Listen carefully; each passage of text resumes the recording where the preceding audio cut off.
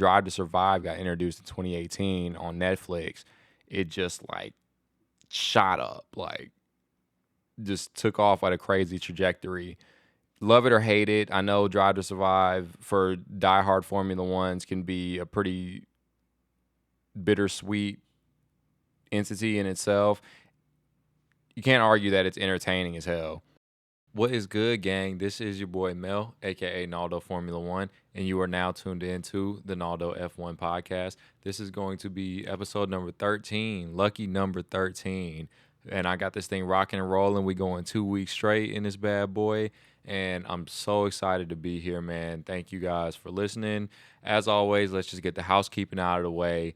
Go ahead and pause the video real quick. If you're not already subscribed, if you're watching this on YouTube, hit the subscribe button, hit the bell for the notifications, and leave a like on this video, leave a comment on the video, share it to your peoples, man. Spread it to the world, man. Naldo gang, we here, we trying to grow this thing. If you're listening to this on audio, it's available on any audio platform. Make sure you subscribe to the show, leave a 5-star review if you're on Spotify or on Apple Podcasts. Anywhere else, just go ahead and download one of those two apps and then leave the 5-star review as well. Follow me on Twitter, Instagram, TikTok, all at Naldo Formula One. Cool. Housekeeping out of the way. Let's get to the good stuff. Man, it is Miami GP day. I guess it's the day after. Happy Monday to you guys listening to this, or Tuesday if you're watching this on video. Man, I'm pretty excited. I think it was a fairly decent race, all things considered. I know Miami's gotten a lot of shit over the past couple of years just about being, not a true Formula One circuit. I know we're tired of all of the street circuits. I'm personally tired of all of the street circuits. But I thought Miami kind of delivered today. So Miami was a pretty decent race today. Overall, I think I'd give it maybe a 6.5, 7-ish. It wasn't an absolute worldie, but I think that it was really solid, and I think that it had some really good moments, and it was a very good teaching point for people who are not familiar with racing. Now, everything that was going on outside of the race, that's just a completely different story. I think that, we come to Miami for more reasons than just racing. I think that Liberty Media and just the corporation is trying to make Miami a bigger thing than just about like the actual sport itself. And I'll get into that a little bit later. And if you read the title of today's episode, then you know that that's probably what I'm going to cover at some point in today's topic, is just the future of Formula One in America and, just how much growth potential it has and this, that, and the other. But first, I want to get the race out of the way because there are some talking points from this weekend. Qualifying Saturday, 2 days ago, if you're listening to this, yesterday for me was, it was all over the place, man. I was not expecting half of the things that I saw in qualifying from yesterday. We saw Sergio Perez take another pole. I think this was his second pole in a row. And he performed really well in qualifying. People were all over the place. Max Verstappen, championship leader, ended up in P9 due to a red flag caused by Charles Leclerc, spinning out, crashing in qualifying once again. And it's starting to become a little bit of a trend with Leclerc. I think that he just pushes a little bit too hard. I think that sometimes he can just get in his own head and feels like he has to extract every little thousandth of a second from his lap times, and he has to push every single corner right to the edge of grip, to the point to where you don't really know if you're in control or out of control of the car. So I think that just can be too much for him at times. And we've seen a perfect example of that in qualifying yesterday. He spun it and put it in the wall, brought out the red flag, and kind of screwed a couple of people over from getting a second run in Q3 because the red flag came out with like a minute and a half while everybody was on their out lap, and the FIA and the stewards decided not to continue the session because by the time they threw the red flag, there wouldn't have been time for people to get back out on the out lap and then get onto the fast lap anyway.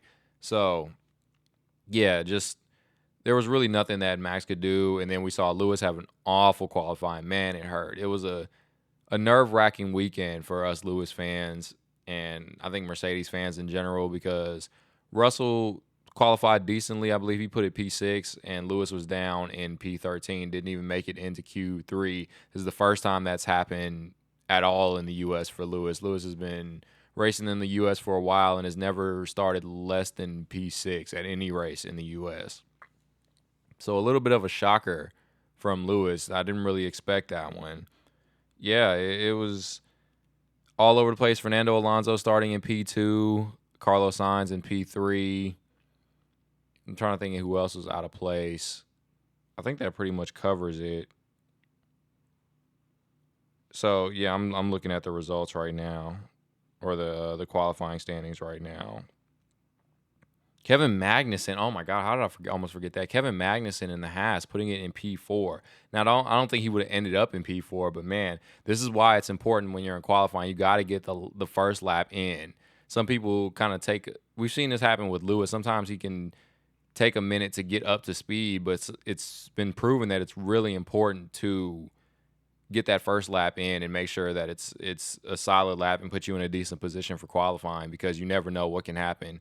Guys can crash and guys can just not pull or guys can just put it in the wall or spin out and cause a yellow flag or a red flag at the end of the session, and now you're SOL because you didn't get a good lap in the first one. We saw Pierre Gasly, who had a really good weekend, put it in P5. Yeah, George Russell down in P6. Leclerc in 7th off his first lap because he crashed on his second lap. I still do have a little bit of an issue with that. I'm of the belief that if you bring out the red flag in a qualifying session, then you should lose your lap time from that session. So if you bring it out in Q2, whatever laps that you've set in Q2, you should lose that, and you should go to the bottom of that session. So if you bring it out in Q1, you start P20. If you bring it out in Q2, you start P15. If you bring it out in Q3, you start P10.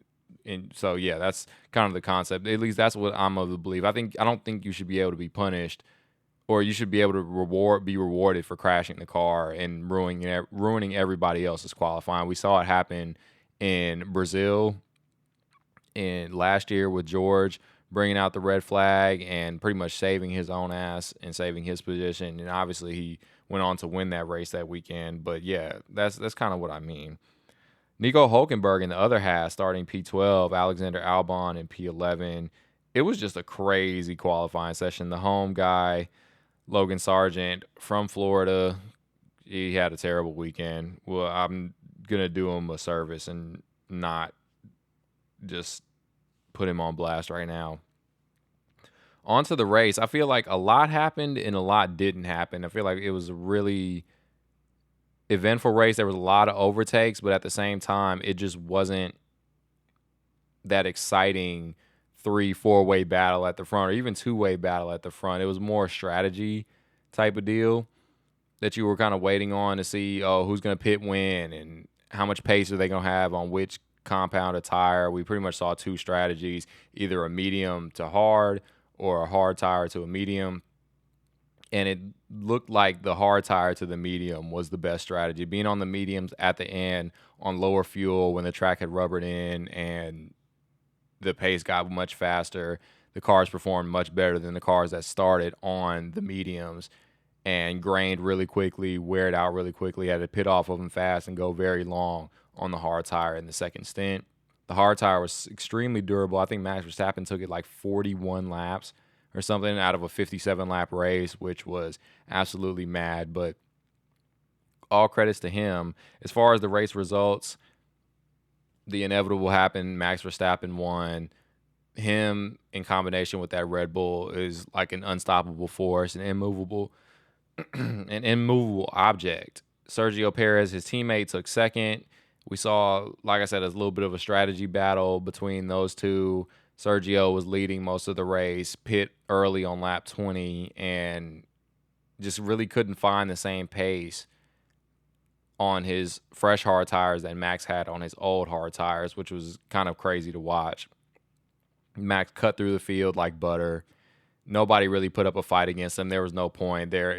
The Red Bulls are in a completely different world from everybody else right now. Even I'd say there's probably a three-way battle for P2 on any given weekend between the Ferraris, the Aston Martins, and the Mercedes. Depends on the track. But as far as like the Red Bulls, it's like Red Bull, those three, Aston Martin, Ferrari, and Mercedes, and then kind of everybody else is just a big jumbled mess.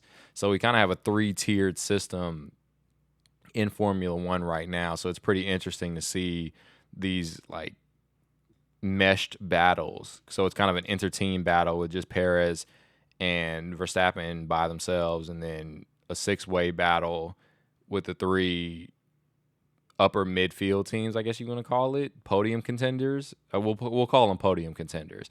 And then the rest of the midfield is just an absolute jumbled mess. Nightmare day for McLaren, nightmare day for Alfa Romeo.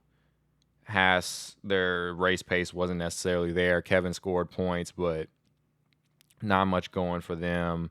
Yuki Tsunoda, Mr. P11 this season. I think he's performing really well. He's been one of my highlights for the season. Very underrated performance so far. So shout out to Yuki for that. Esteban and Pierre picking up double points in Alpine. So good result for them after a double DNF in Australia when they took each other out. And I think Pierre DNF'd out of Azerbaijan last weekend. Alex Albon, despite his great qualifying, did not score points this weekend. I think they just didn't have the race pace. Mercedes finished 4-6, and given where they qualified, that's a really good result for them, with Lewis starting P13 and getting up to P6. Now, granted, a lot of that was his own doing, but it seems like it's been a trend over the past couple of years that Mercedes will sacrifice qualifying pace for race pace.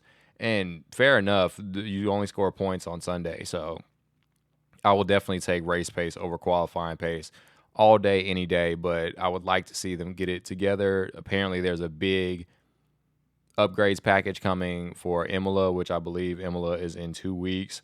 So another sprint race, great. But yeah, hopefully those upgrades bring big changes. Lewis is excited about them. Toto has been trying to kind of manage expectations, and rightfully so. I think that you have to make sure that people know that these are not going to be these crazy upgrades where Mercedes is going to be fighting with the Red Bulls out front, just off of a couple of upgrades coming. No, I think that they might even take a step back in order to get further along later on down the season and even into next season. I'm pretty sure that they're thinking long term instead of the short term, and I think that's a good idea. I know Lewis has been extremely frustrated, and rightfully so. It was painful to watch him in qualifying and practice because he just seemed pretty down in the dumps, was very negative. There was a couple quotes earlier this weekend having him say, "Oh, I'm committed to Mercedes, but I'm not going to lie. Last weekend when I was behind the Ferraris, I did wonder what it would be like to race in red." And I think that's natural. I believe that at any given point, every driver that drives in F1 or every driver that races, period, thinks about racing for Ferrari just because they're Ferrari. Their racing heritage is so rich and so storied, and they're just, you see the red cars going by, and it's exciting. So I think it's natural that Lewis is thinking about that, but hey, I go wherever Lewis goes. So if Lewis goes to Ferrari, you'll see me rocking the Scuderia, the prancing horse in all red. Yeah, so we'll see what happens, how those stories develop. I pray that he stays at Mercedes. I think that he will. But I do think that in the back of his mind, if Mercedes can't show some sort of potential of closing up to the front, I do believe that he could potentially look elsewhere at the end of the season. Yeah, let me just pull up. Let me watch these race highlights, and we'll chat a little bit as we go along. I'm just trying to think of some stuff that happened throughout the race that might have been a talking point or something of interest. Oh yeah, Fernando. Fernando was kind of in no man's land. He finished P3 once again. He's Mr. P3 this season. He's honestly been my driver of the year this season. he's been so positive and energetic. This is like a completely new Fernando. I don't recognize him whatsoever, and I'm loving it. I can't lie. I've been on record saying that I'm not the biggest Fernando fan, but I think that he has turned a corner and performing well, and I think he's genuinely just enjoying his latter years in Formula One, especially now that he's driving a car that can be on podiums regularly. Even though we're approaching 10 years since, I think 10 years to the day today that Fernando, since the last time Fernando has won a race. But honestly, he's accomplished everything that there is to accomplish. Multiple time world champion, won 30 plus races, quite a few poles, a lot of podiums, I think 50 plus podiums. So he's one of the top 10 to 15 drivers of all time. So there's really not much else for him to accomplish. But my point was that he was cruising in his own race. He was about 15 to 18 seconds behind the leaders and was about 10 seconds ahead of Russell, 10 to 15 seconds ahead of Russell in fourth. And at one point, his teammate Lance Stroll made a move going into, I believe, turn 1, while Fernando was up ahead in the road on turn 11. And Fernando was so bored that he watched Lance make the move into turn 1 around the outside. It was a great move to his credit. And he literally got on the radio afterwards and was saying, hey, was that Lance making a move into turn 1? Tell him I said nice move. And we were like, what? How did he even see that? Even the commentators were kind of paused for a second and were wondering how he even saw that. And yeah, he was watching the jumbotrons next to the track that show the fans where the action is happening, and saw his teammate making a move into turn 1. So really interesting moment from him. Carlos Sainz struggled. He's been on a bad run of form recently. Got a 5-second penalty for speeding in the pit lane, so lost out on a potential P4. Charles Leclerc struggled in the race, got stuck in traffic, and got passed up by Lewis at the end. And yeah, there just wasn't much going for the Ferraris today, even though Sainz did still finish in the top 5. Just struggle bus for Ferrari. And yeah, I mean, that's pretty much it. Like I said, a lot of nothing happened in the race this weekend, and just I think overall it was really exciting. I just want to touch on Miami out off the track for a little bit.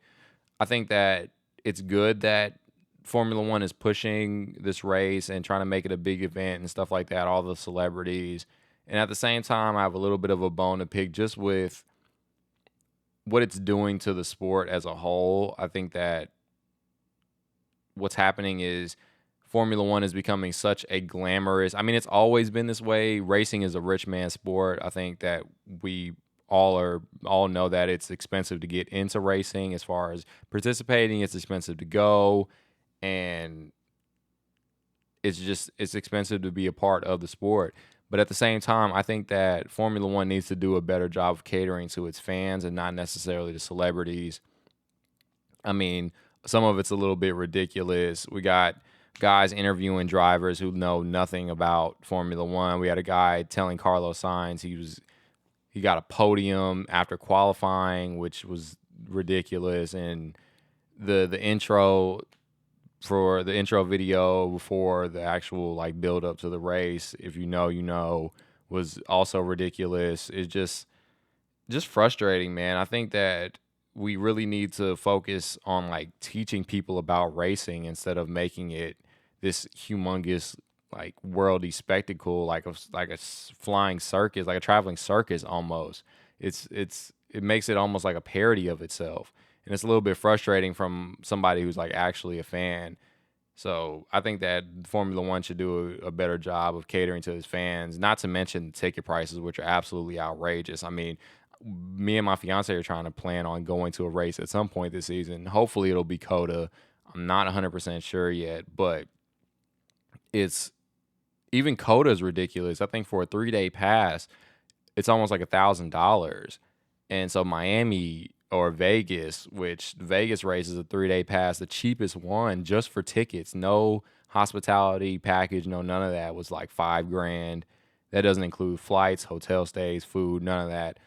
And then Miami, I think it was also like 2-3 grand for a 3-day pass, which is absolutely asinine. I mean, at this point, it'd be cheaper for me to just fly to Europe and then go to Hungary or go to Spa or something where I'm going to see better racing. So I think that's a little bit ridiculous. And I think Formula One needs to just do a little bit of a better job catering to the core fan base first and then just using the celebrities and the glamour and the glitz to boost its status a little bit more. But yeah, catering to your core fan base first, because if the fans aren't going to the races and watching the races, then the drivers aren't making money, the sponsors aren't making money, nobody's making money. It's a spectacle sport still.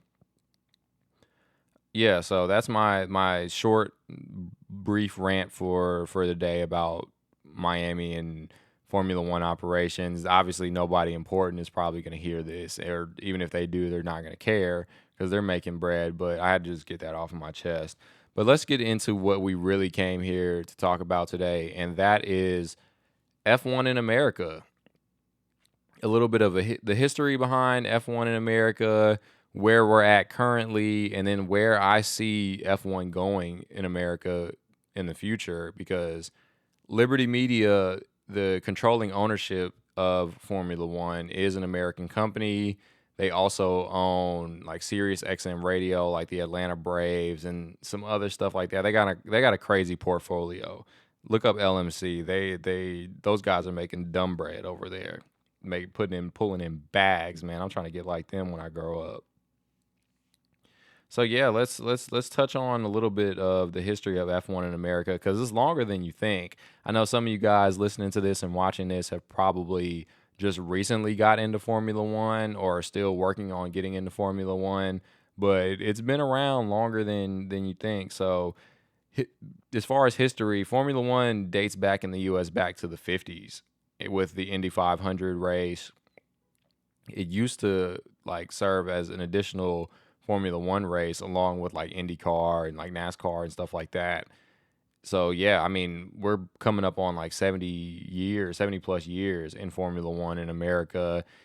As far as like the United States Grand Prix, it's been all over the place, from Indy to Detroit to, we've actually been to Vegas before, and the Caesars Palace Grand Prix. Now, it took place in a parking lot and the racing was awful and it didn't last very long, as you could probably tell. But yeah, we were in Vegas before. This won't be our first time in Vegas in a couple of months in November. We've been to Watkins Glen in upstate New York. Long Beach Road Circuit.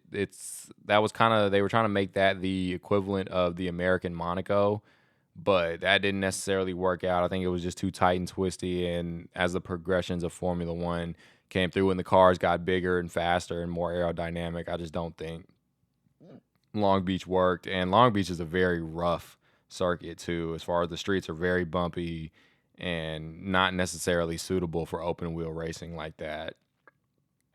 Actually, in Dallas, Detroit, some other tracks like that. Just, we've been all over the place in America. It's really been hard to find a home as far as like the United States Grand Prix. But I think that I'll get into this a little bit later on, but I think that we're working on that. In total, there have been 58 American F1 drivers. Most notably, Mario Andretti is probably the most famous. I'm sure you've heard the name Mario Andretti before. He is probably the most famous American driver. We've had 2 champions so far, being respectively Mario Andretti in 1978 and Phil Hill in 1961. That is it as far as like championship history with American drivers. Mario Andretti was kind of the pinnacle of American racing because he's done everything from like IndyCar and just everything. I think his success is more known for Indy than it was for Formula One, but still a world champion and to be respected. I don't know too much about Phil Hill. Obviously, that's the 60s. That was way before my time. And as far as like accomplishments from American drivers, we have 33 total wins, which is a pretty good number. 129 podiums and almost 1,000 points scored total over the history of the 58 American drivers. A lot of people will debate that Mario Andretti, because he's Italian born, that he's not a true American driver, that Phil Hill is the only true American driver. But Mario Andretti has been in the U.S. since he was like 16, I believe. So take that as you will. I would consider him an American driver. He accomplished everything driving under the American flag, and we've seen his company and his racing team do great things in America. So, yeah, I think he's pretty much the epitome of an American driver. But as far as like bouncing around and the history of the United States Grand Prix and where we're at, we have COTA, which is a staple on the Formula One calendar. I pray it doesn't go anywhere. It's one of the better tracks in the Formula One calendar. I believe it's got a great mix of everything: long straights, fast corners in Sector 1, a very technical Sector 3, a lot of slow, medium corners in that section, a very long back straight. We see a lot of overtakes. We see elevation changes, camber changes, all kind of stuff. I think it's the biggest single elevation change at Turn 1. If you've ever seen it, it's crazy steep. I mean, these cars are climbing up like damn near a mountain going into Turn 1. It's a great track. I'm so excited. I need to be there. I don't know if I got to break down the fence. So who has the plug for F1 tickets at COTA? Anybody who works at COTA, man, plug me with a little part-time job or something, working concession stands. I got to be there. I have to. I think the race is going to be great. But COTA has been on the calendar since 2012, so we're coming up on the 11-year anniversary of the United States Grand Prix at COTA. COTA is outside of Austin. I believe it's about 45 to 50 minutes outside of Austin. I have family in Austin, so it'd be an easy move for me. Austin's about 2.5 hours from me, so I could literally fly up the freeway, stay with my grandparents, eat some home-cooked food, wake up, go to the track, post up, bring a cooler, some lawn chairs, kick it. I don't even need grandstand seats. I just want like the general admission. So there's so many grassy areas that you can just post up on. I think it would be a much more fun experience that way as far as like the grandstands. And I heard the grandstands get hot because of just like the sun shines like directly on them and bounces right off that metal and it just damn near cooks you. So I think that the grassy areas might be a better play. As far as like the growth of Formula One in America, we all have to point to Drive to Survive. I think Drive to Survive is been one of the major factors, not only in America, but just for Formula One in general. As far as like a big growth factor, we've kind of seen the kind of stock kind of stay similar. It's been an old man sport for a while. I didn't really know about it till fairly recently, and it's kind of just stayed here. And then when Formula One got introduced in 2018, or I said Formula One, when Drive to Survive got introduced in 2018 on Netflix, it just like shot up, like just took off at a crazy trajectory. Love it or hate it, I know Drive to Survive for diehard Formula Ones can be a pretty bittersweet entity in itself. You can't argue that it's entertaining as hell. I mean, Drive to Survive has gotten so many people actually excited about Formula One because it puts faces to the names and then it adds a layer of drama and investment for fans to get to know the drivers off the track, as well as the relationship between the teams, the team principals, the drivers, the history. And yeah, the arguments, the heated battles, it adds that nice spice to Formula One, which can be sometimes a little bit boring. And sometimes you need those outside storylines to spice up the action a little bit and add a layer of investment and getting people to like certain drivers and really back them. Now, it can create a little bit of the fanboy culture, which is annoying. But I mean, that's any sport. You look at basketball with like LeBron fans, Steph fans, KD fans, Joel Embiid fans, Harden fans, Dame fans in general. You look at football, you got Mahomes fans and Justin Herbert fans, Josh Allen fans, Lamar Jackson fans. Just the list goes on. But I think that Drive to Survive has done a great job of just showing us who these guys really are off the track, because I think that Formula One suffers a little bit from the same syndrome that football, like American football, has, which is that you don't see their faces that often. Like these guys, when they're performing, they have helmets on. So football players have helmets on. You rarely see their faces during games. F1 drivers on race day, they have their helmets on. And even worse, their helmets cover their entire face and their visors. You can barely see their eyes most of the time. And all you're seeing is generally the car. So you really don't get to know these guys. You don't get to connect with them on a human, personal level. So I think that Drive to Survive has done a good job of getting us behind the scenes, despite its flaws with the audio syncing and making stuff people seem like they don't like each other and cutting audio and cutting scenes. I mean, it's reality television. That's what all reality television does. It's been that way since the history of time, and it'll continue to be that way. But there's no denying that Drive to Survive has benefited the sport of F1, especially during COVID when people were at home and didn't have anything to watch. So they're scrolling through Netflix and they see a preview and they're like, oh, what's this? And they click on it and they're like, oh shit, this is exciting as hell. And now you're deep diving into Formula One and now you've become a fan. I know I've personally created some F1 fans from Drive to Survive and putting them on to certain things, having them tune into races and that sort of thing, YouTube documentaries, all kind of stuff. As far as current state of Formula One, we're here, man. We're living it. We're seeing it. We have 3 races on the calendar currently, in America at least, which is crazy because no other country has 3 races. But it's a little bit different for my non-American viewers. It's hard to put into perspective how large of a country this is. Like, for me to Austin is the closest race to me, and Austin is 2.5 hours from me. Like, say if I lived in Spain and I want to go to this, or let's use France. France is a better example. I could probably go from the French Grand Prix to the German Grand Prix, like old used to be German Grand Prix. We don't have one anymore, unfortunately. Sidebar: bring the German Grand Prix back. We need a race in Germany. Germany and motorsport go together like hand in hand. It's essential. It's like the UK. It has to happen. So bring back Hockenheim, please. Back to what I was saying. I actually lost my train of thought a little bit. 3 races. Oh yeah, that's what I was saying. The distance as far as where we're at in America, it would take me 16 hours to drive to the Miami Grand Prix, and I think it would take me about the same to get to Vegas.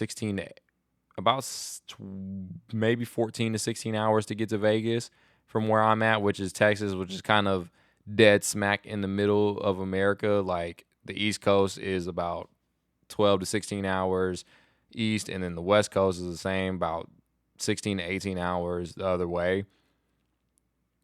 Yeah, it takes me 10 to 12 hours to get out of my own state.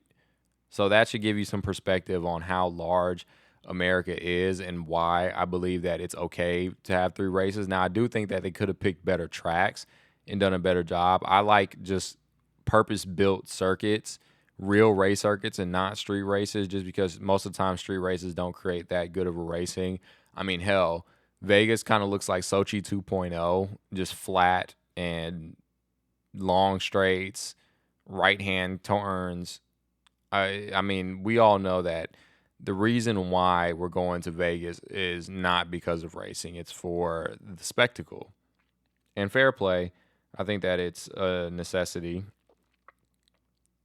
So, in my opinion, Vegas and Miami. COTA is for the real racing fans.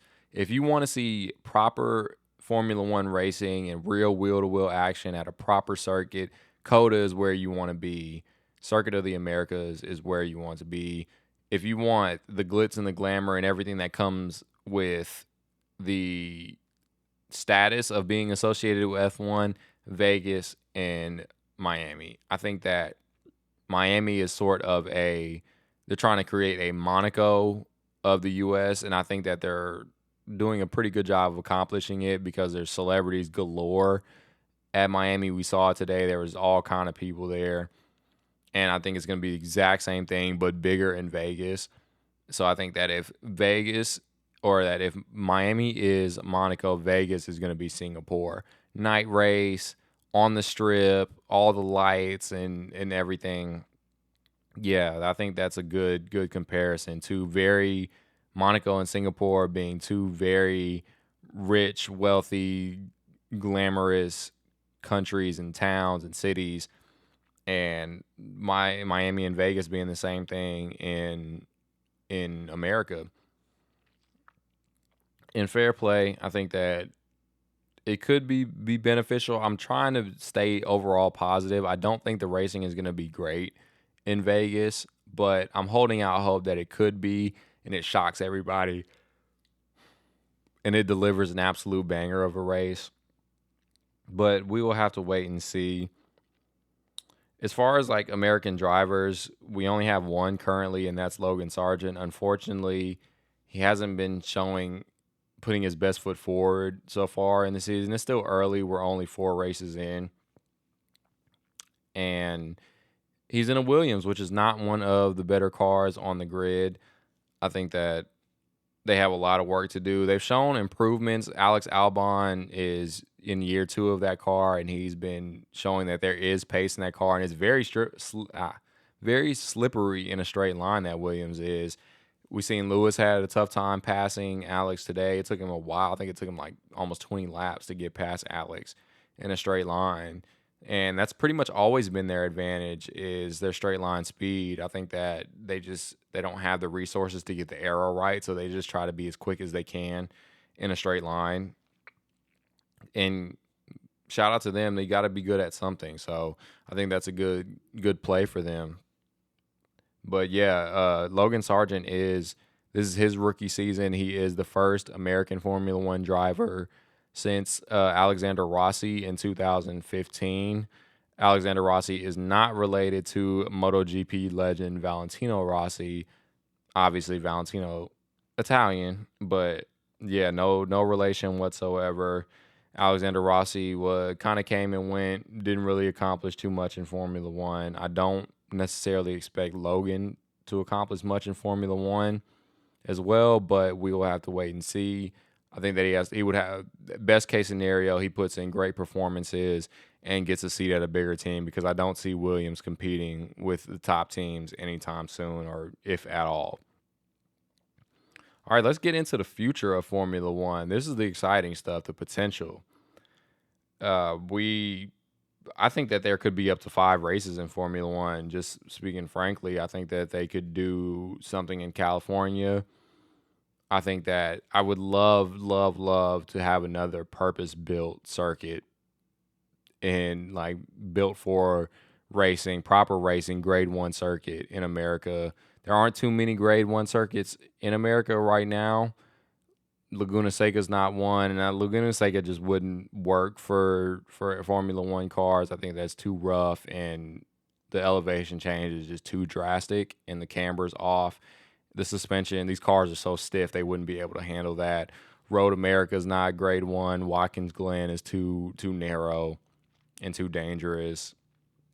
Yeah, I really don't know where, but I would love another purpose-built track in Formula One. But I definitely think with Liberty Media's injection of cash and need for glamorous races, I'm about to put a glamorous count up. I don't know how many times I've said that, but it's true. That's what they're after. I think that there definitely could be up to 5 races in Formula One in the future. I don't know where exactly, but we will have to wait and see. As far as like the near future, Lewis Hamilton is working on a Formula One movie with the likes of Brad Pitt and Damson Idris, and that should be coming in the next year or two. So, or later this year, Brad Pitt has been training in a Formula 2 car, which is the feeder series for Formula 1. Brad Pitt has been training in a Formula 2 car, and Mercedes are going to help modify and create a Formula 1 car. And he's actually going to drive on the grid with real F1 drivers, I believe, during practice sessions to filming and stuff like that. And it's going to be basically Brad Pitt is going to be an older driver that comes back to mentor his young teammate who's going to be Damson Idris. It's supposed to be loosely based on Lewis's life, but we'll have to wait and see how that plays out. But I am excited for that. I think an F1 movie would be great, and is definitely going to do similar to what Drive to Survive does, which is just bring a influx of fans and new fans, especially younger fans, into the sport, which is exciting. We do have potentially a true American team coming to the grid in either 2025 or 2026 in the Andretti Cadillac project, which is really exciting. I think that Cadillac and GM coming in to legitimize Andretti's push into Formula One is hopefully solidifying their position and making it hard to keep them out of Formula One. I know the teams have been against it just because the teams are a little bit greedy. They don't want to split the pie another way. And I mean, to be fair, I wouldn't want to split my money more another way either. So I get it, but I need Andretti to get that grid spot. I need an 11 team on the grid. I need 2 more drivers on the grid. And in addition to that, Andretti have come out and all but said that Colton Herta is going to get a seat. And if you don't know Colton Herta, he's a great Indy driver, another American. So we get another American on the grid. I think he's probably the most talented American driver in high-level motorsport right now. So it'd be exciting to see him on the grid. He's won multiple IndyCar races. I think he just has to get those super license points, and hopefully Andretti gets their shot. I'd really be excited. I know we have Haas, who's an American team, but they don't have that American feel, man, and they haven't really bought into their American heritage, which kind of sucks to see. I really want them to. I really wish they would embrace it a little bit more. I know the past couple of years they had like Russian sponsorship, so it really felt more like a Russian team than it did American. They really don't embrace like the roots and the heritage at all, which is kind of strange to me. And hopefully with Cadillac getting involved in and the Andretti project, it will actually, if they get into the actual grid, we'll see them actually compete at a high level instead of just running at the back, because we've seen teams come into Formula One and just run at the back or maybe get into the midfield and score a couple of points. But if I know anything about GM is here to compete. Now, how quickly they'll be able to get up to speed is going to be the real question. But I think that they will have a pretty good grasp on things, and obviously the facilities will be up to date. I just hope that GM is not just slapping a sticker on top of an Andretti car and just being a glorified title sponsor. I really hope that they're actually sharing and is a real partnership and sharing resources and that sort of thing, because I think that'll entice more American manufacturers to potentially get involved. I know we saw that Ford is getting involved with Red Bull in the future in the next coming years. I think that GM could potentially be another one, and hell, I think it would be hella fun if Dodge got into Formula One, because we all know Dodge's mindset, and they just go balls to the wall. They'll throw anything at the wall to see if it sticks. And I think that seeing more American involvement in Formula One could be really exciting. And I think that as Formula One grows, the drivers are starting to show more of their personality and being bigger social media presences. I know we have Lewis and like Daniel, who are obviously superstars outside of Formula One, and everybody kind of knows who they are and their brands and their fashion and music and all kind of stuff. Lewis being crazy, multi-talented guy. I mean, the dude can sing. He's a fashion icon. He owns other racing teams. Obviously, like I was talking about with the movie, it's just all kind of stuff. Charles has said he wants to get into fashion, and he put out a single, I think, recently, like 2 weeks ago, and it made like the top 10 on Billboard or something like that. He said he would potentially be open to doing music with Lewis in the future, which could be cool to see. I think that F1 drivers need to put themselves out there and create more of a brand surrounding themselves in order to become those big top level athletes and celebrities that they deservingly are. We see with Lando and like Quadrant, his esports gaming entity and brand, which is really cool. They got some dope merch, and some of the YouTubers I follow and content creators that I follow are a part of Quadrant, and they do some really cool stuff over there. So yeah, it's exciting to see the drivers really get involved and create a working machine surrounding their name and using their likeness to become global moguls. Man, it's really cool to see. So yeah, man, I think that that should give you guys a really good scope of what's going on in Formula One in America, at least, and the future of the sport in this great country. Great quote quote, but no, I'm poking fun. But yeah, I think that we have a lot to look forward to as far as American F1 fans. If we can just get the ticket prices together, I think everything would be all gravy, and we could just live our best life and being Formula One fans. And I'm just going to continue on this journey into manifesting my F1 World Tour. My life's goal is to go to every F1 race in one season. And it'll happen for me one way or another, whether I got to sneak in or whether somebody gonna hook your boy up. We're gonna make this happen. But yeah, I hope you guys have a great Monday and a great rest of your week. And I will see you guys next week for the next topic.